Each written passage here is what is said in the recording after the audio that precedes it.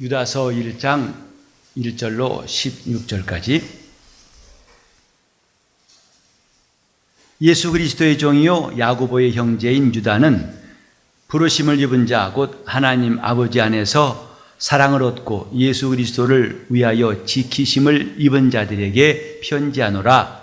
긍휼과 평강과 사랑이 너희에게 더욱 많을지어다. 사랑하는 자들아, 내가 우리의 일반으로 얻은 구원을 들어 너희에게 편지하려는 뜻이 간절하던 차에 성도에게 단번에 주신 믿음의 도를 위하여 힘써 싸우라는 편지로 너희를 권하여야 할 필요를 느꼈노니, 이는 가만히 들어온 사람 몇이 있습니다. 저희는 옛적부터 이 판결을 받기로 미리 기록된 자니 경건치 아니하여 우리 하나님의 은혜를 도리어 세귑거리로 바꾸고 홀로 하나이신 주제 곧 우리 주 예수 그리스도를 부인한 자니라. 너희가 본래 범사를 알았으나 내가 너희로 다시 생각나게 하고자 하노라. 주께서 백성을 애굽에서 구원하여 내시고 후에 믿지 아니한 자들을 멸하셨으며 또 자기를 지키지 않고 자기 처소를 떠난 전사들을 큰 날의 심판까지 영원한 결박으로 흑암에 가두셨으니,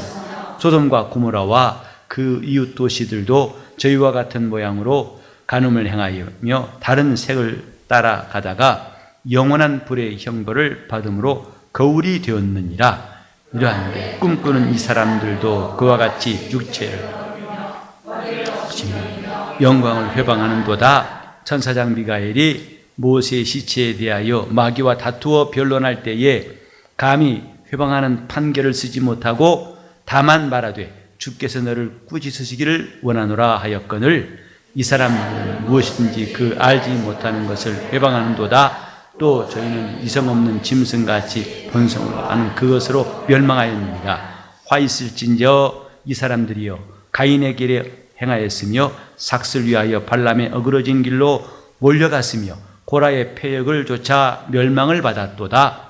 저희는 기탄 없이 너희와 함께 묵으니 너희 애찬의 암초요 자기 몸만 기르는 목자요 바람에 불려가는 물 없는 구름이요 죽고 또 죽어 뿌리까지 뽑힌 열매 없는 가을나무, 자기의 수욕의 수치의 거품을 뿜는 바다의 거친 물결이요 영원히 예비된 캄캄한 흑암에 돌아갈 유리하는 별들이라.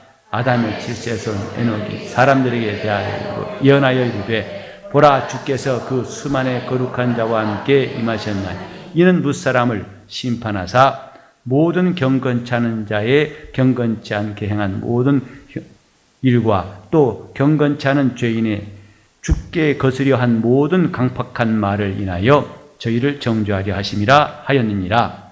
이 사람들은 원망하는 자며 불만을 토하는 그 정의역대로 행하는 자라. 그 입으로 자랑한 말을 내며 이를 위하여 아첨하니라. 아멘. 오늘도 하나님 앞에 나온 여러분 심령에 우리 주님이 주신 힘과 은혜가 함께 하시기를 예수 이름으로 축원합니다. 하나님께서는 날마다 우리를 기르시고 또 우리를 자라게 하신다는 사실을 우린 점점 실감하게 됩니다. 우리 믿음이 처음에는 어린아이 같다가 점점 자라서 마침내 주 앞에 설 때에는 장성한 자로 서게 되는 것, 이것이 모든 성도의 소망일 것입니다. 이것이 영적 생활인데, 이 영적 생활에 대해서 우리가 들은 말씀도 많이 있고 이제 이해도 많이 하고 있지만, 오늘 이 본문은 또 다른 메시지를 우리에게 주고 있습니다. 유다가 이 편지를 쓰게 된 이유에 대해서 앞에도 말하고 있지만은, 하나님께 받은 구원을 너희가 이제 힘써 지켜야 할 필요가 있기 때문에 이 글을 쓴다고 말했습니다. 우리가 예수께 나와서 얻은 구원, 그 받은 구원을 이루는 게 남았다고 요즘에 제가 많이 말씀을 드렸습니다. 그러니까 신앙에 대해서 우리가 매우 잘 이해할 것은 받은 구원을 이루어가는 이 과정이 우리가 구원받은 것도 중요하지만 이루어가는 것도 매우 중요하다는 사실이고, 이 과정에서 어떤 일이 생기는가를 잘 보고 그걸 대처하는 것이 중요합니다. 영적 생활은 혼자 하는 것이 아니고 우리의 상대가 있다고 그랬습니다. 곧 우리가 대적해야 할 그 원수가 있다. 그 원수가 있기 때문에 곧 그가 거칠게 방해하기 때문에 성도의 길이 어려움이 있고 또 시험이 있고 고난이 있고, 그래 어떤 사람은 그 믿음에서 떠나가지고 실족한 사람도 있고, 그러나 끝까지 믿음을 지켜서 승리한 사람이 있고, 이것이 성경의 기록입니다. 영적 생활은 이런 원수가 있다고 여러분 다 아실 겁니다. 자, 그럼 원수가 누구지요? 누구라고 생각하십니까? 지금 대학 수능 시험장도 아닌데 잔뜩 긴장해가지고 이 말할 것인가 저 말할 것인가 아니면 차라리 침묵할 것인가, 선택이 복잡한 것 같아요. 한 번 더 물어보고 그 이상 안 물어볼 테니까 안심하시고, 자, 우리 영적 생활을 한다면 그 대적 원수가 누구라고 알고 있어요? 라고 알고 있죠. 근데 오늘은 좀 다른 각도에서 말씀드리려고 그래요. 마귀 혹은 귀신이라고 말하고 있습니다만은 이보다 더 본질적인 원수가 있어요. 근본적인 원수가 있다 이 말이죠. 적어도 성도들에게 있어서는. 9절 말씀 보면 이런 글이 있죠. 천사장 미가엘이 모세의 시체에 대하여 마귀와 다투어 변론할 때에 감히 회방하는 판결을 쓰지 못하고 다만 말하되 주께서 너를 꾸짖으시기를 원하노라, 이렇게 했다고 기록했습니다. 이 말씀은 복음서에는 나오지 않고 다른 서신서에서도 볼 수 없는 매우 특이한 구절이에요. 즉 모세가 죽은 다음에 그 시체를 두고서 미가엘 천사장과 마귀가 다투더라. 이미 죽은 모세를 관심도 가질 필요 없는 것 아니겠습니까? 죽었는데 무슨 필요가 있겠는가? 그러나 마귀는 그것까지도 이용해서 이스라엘을 무너뜨리려고 역사하는 거예요. 시체라도 이스라엘 사람들이 우상으로 여겨서 그쪽으로 관심을 돌려가지고 하나님을 향하는 마음에서 떠나게 하려고 모세의 시체까지라도 사용하려고 하는 이 마귀의 역사를 보면서 우리는 그 마귀의 역사가 얼마나 끈질긴가, 할 수만 있으면, 틈만 나면 성도들을 괴롭히고 성도들을 무너뜨리는 것이 마귀라, 우는 사자 같이 삼킬 자를 찾는다고 성경에 말하고 있죠. 여기서 우리가 이해할 수 있는 것은 우리는 육체가 있는 기간 동안만 마귀를 상대할 수 있습니다.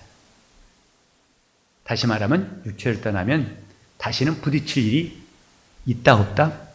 전혀 없습니다. 육체가 있는 동안만 그가 성도들의 삶에 간섭하고 방해하고 끼어들 수 있습니다. 예수 그리스도께서 우리에게 주신 구원을 이루는 장소가 바로 육체예요.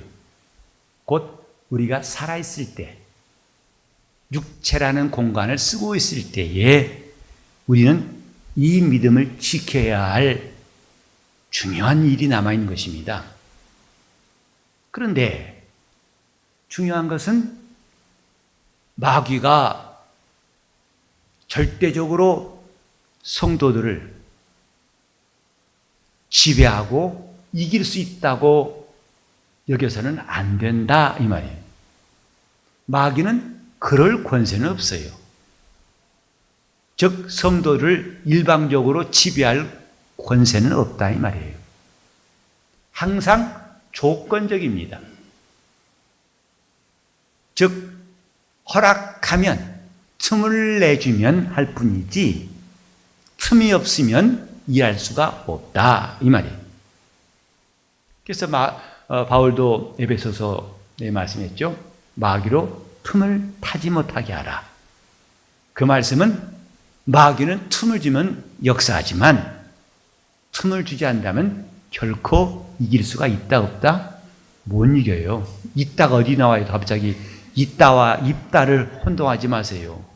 입다는 구약 사람이고 있다고 한 여러분은 지금 신약시대 사람이에요. 마귀는 틈을 타서 역사하는 존재. 틈을 주면 역사하지만은 틈을 주지 않으면 결코 성도들을 괴롭힐 수가 없어요. 우리는 지금 이런 사실에 대해서, 영적인 세계에 대해서 많이 들었지만 조금 더 섬세하게 자세히 알 필요가 있습니다. 마귀를 우리의 대적으로 하는 것 참 중요합니다. 그런데 그 이름 지나쳐가지고 이제는 모든 것을 다 그 탓으로 돌리면 안 된다 이 말이에요. 마귀 탓이다. 귀신이 역사에서 그렇다. 이런 말은 매우 신령한 것 같지만 사실은 대단히 허술하고도 엉성한 겁니다. 왜? 마귀는 전천후 불철주야 언제든지 우리를 괴롭히고 지배할 수 있는 존재가 아니고 조건적이라고 그랬죠. 틈을 타지 못하게 하라. 틈을 주지 않으면 역사할 수가 없는 겁니다. 그런데 그 틈을 주는 게 누구냐면 우리 자신이에요. 우리는 주님 앞에서 정말 두려워할 걸 두려워하고 두려워하지 말 것은 진짜 두려워하지 말고 담대해야 됩니다. 왜 예수를 믿는다면서 마귀의 역사에 대해서, 귀신의 존재와 역사에 대해서는 그렇게 두려움이 많을까? 오해가 많을까? 오히려 정작 하나님은 두려워하지 않습니다. 우리 주님 말씀하셨어요. 내 몸은 죽여도 내 영혼을 죽이지 못하는 자를 두려워하지 말라. 내가 진실을 말하노니 내 몸과 영혼을 아울러 지옥불에 던지시는 그분을 참으로 두려워하라고 그랬어요. 신앙인이라면 결코 마귀를 두려워하지도 않습니다. 아마 그럼 여러분 가운데 나는 안 두려워해 라고 할지 모르겠어요.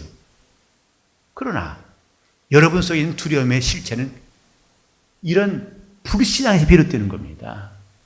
혹시 내가 이래서 하나님 날 때리신 게 아니야? 혹시 이게 또 억압돼서 그런 게 아니야? 지금 스스로는 나는 마귀에 대해서 결코 두려움이 없다고, 귀신은 내가 아무것도 아니라고 생각한다 하지만은 어느새 그가 지배하고 있는 발톱이 여러분 삶 속에 들어와 있을 수 있어요. 정작 두려워할 분이 누구냐? 하나님이세요. 그 성경은 하나님을 경외하라 그랬죠. 그게 신앙이에요. 경외한다는 말은 두려워하며 존경한다는 뜻입니다. 그에 비해서 마귀는 아주 근다고 전혀 무시하는 것도 극단이고, 그에 대해서 너무 과대평가해서 날개를 달아준 것도 극단이고, 오늘 우리는 그 균형을 잘 잡을 수 있어야겠습니다. 우리 원수는 마귀예요. 그러나 그 마귀도 아까 말한 대로 조건적으로 성도들을 괴롭히고 시험 주는 것도 조건적이에요.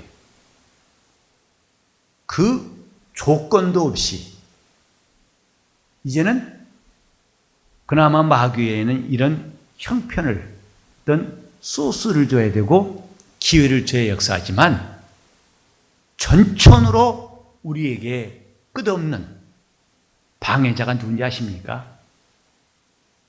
바로 육신이에요. 자세히 말하면 육신의 정욕이다 이 말이에요. 그래서 우리가 새롭게 느끼는 게 뭐냐면 성경에 마귀와 싸우란 말씀도 있지만은요, 육신의 정욕이 하나님과 원수라고 하신 말씀 기억나시죠? 로마서 8장에는 우리가 실제로 부탁드리는 우리의 영적인 대적이 뭐냐? 자기 자신이에요. 원수는 자기 자신입니다.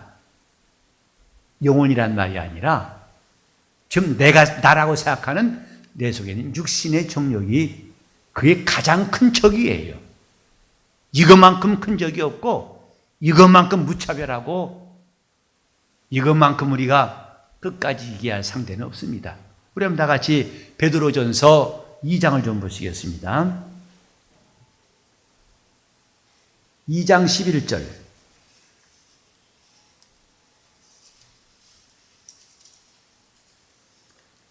다 같이 시작.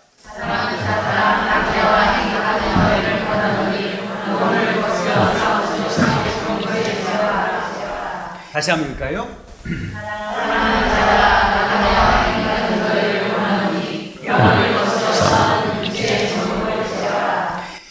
영혼을 거스려 싸우는, 이때 거스린다는 말은 대항하다, 대적하다는 뜻이에요.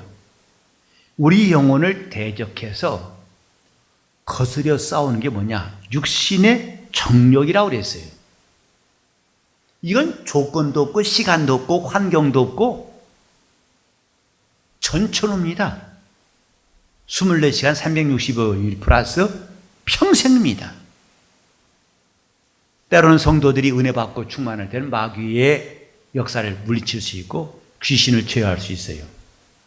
그러나 그렇지 않으면 또 넘어질 때가 있고, 이렇게 마치 음악에 음표가 있고 심표가 있듯이 이런 것이 있지만 육신의 정욕이라는 것은 쉼표가 없어요. 계속적입니다.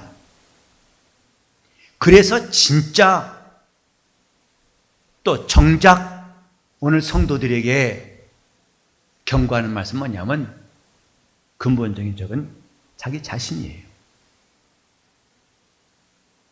여기 본문에도 아까 읽었습니다마는 마귀가 미가엘 천사와 싸울 때 미가엘 천사장이 그를 꾸짖었다고 했어요. 왜 꾸짖었을까? 그가 한 일이 잘못되었죠.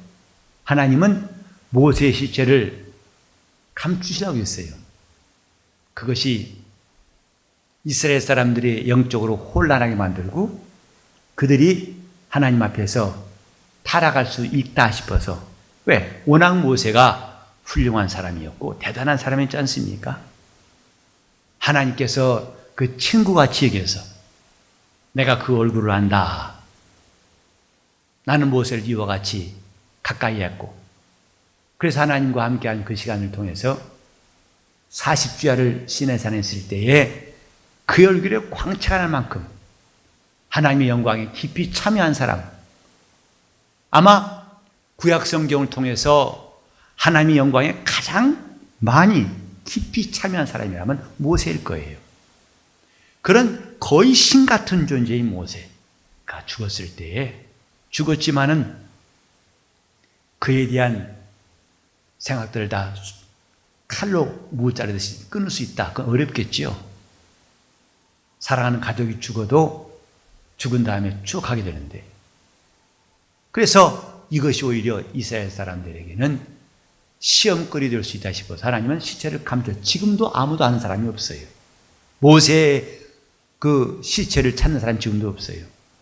마치 하나님이 에덴을 사람들에게서 가리워 찾지 못하게 하신 것처럼.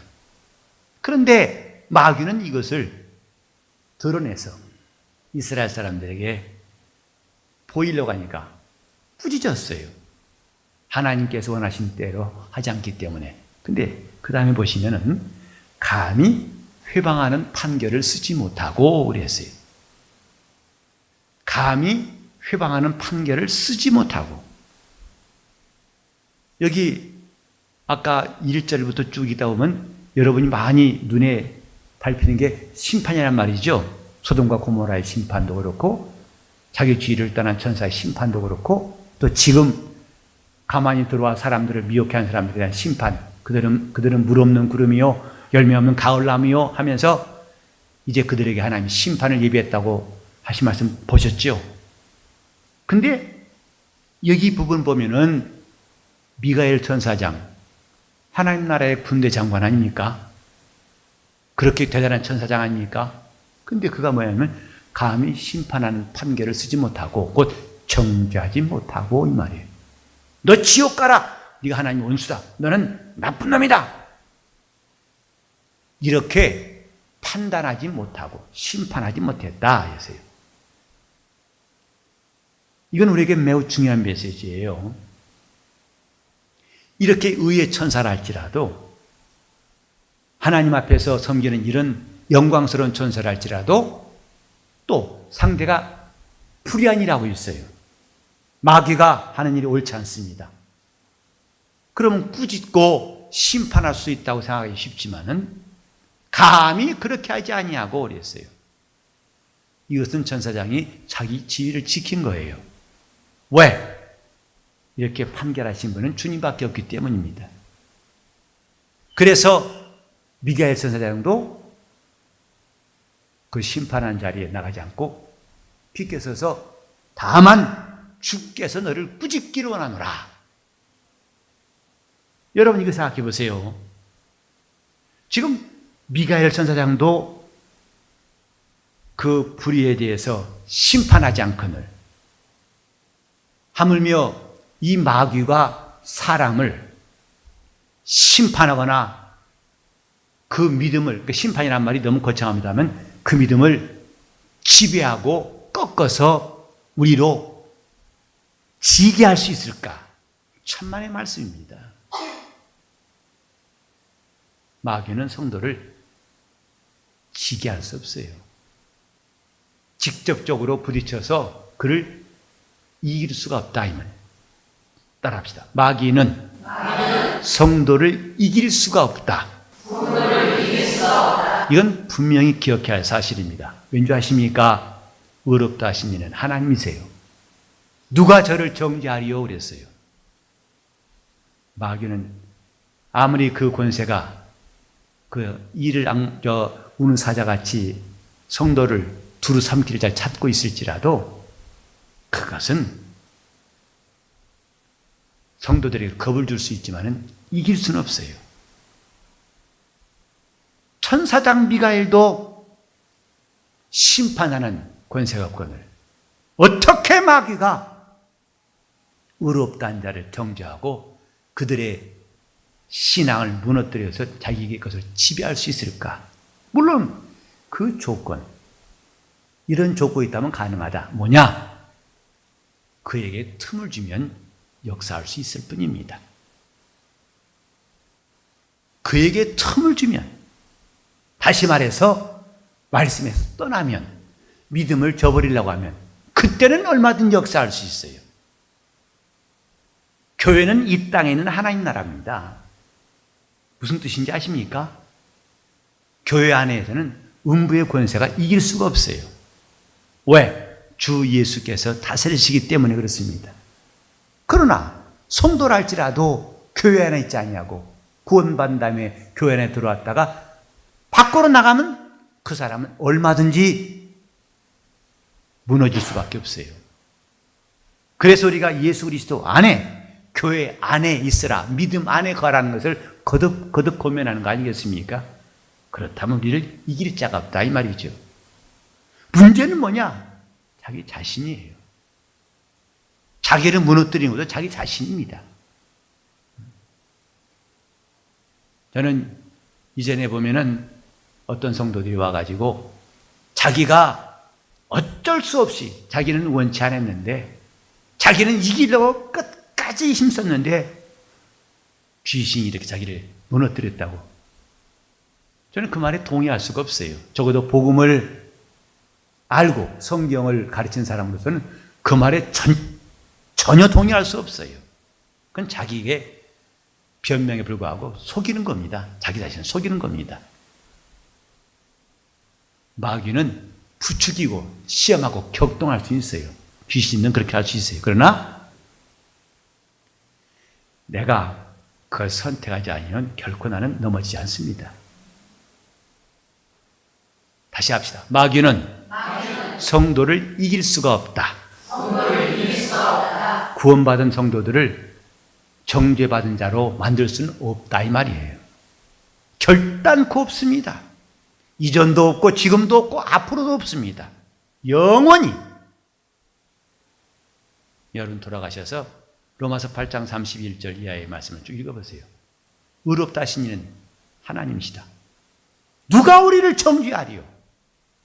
누가 우리를? 이것은 미가엘 천사장뿐만 아니라 가브리엘도 그 어떤 천사장도 할 수 없거늘 감히 타락한 마귀가 어떻게 성도를 이길 수 있을까? 근데도 많은 사람들이 무너지고 있습니다. 왜냐? 육신의 정욕 때문입니다. 원수는 바깥에 있지 않습니다. 자기 안에 있습니다. 너희 영혼을 거스려 싸우는 육신의 정욕을 제어하라. 나그네와 행인 같은 너희에게 내가 권하노니 이것은 주님의 분부입니다. 우리는 이때 내가 하나님 말씀으로 살려고 하는 결심이 필요하고 내가 하나님 앞에 회개하고 자복하는 시간이 필요하고 그분의 도우심을 구하는 기도 시간이 절실히 필요한 이유입니다.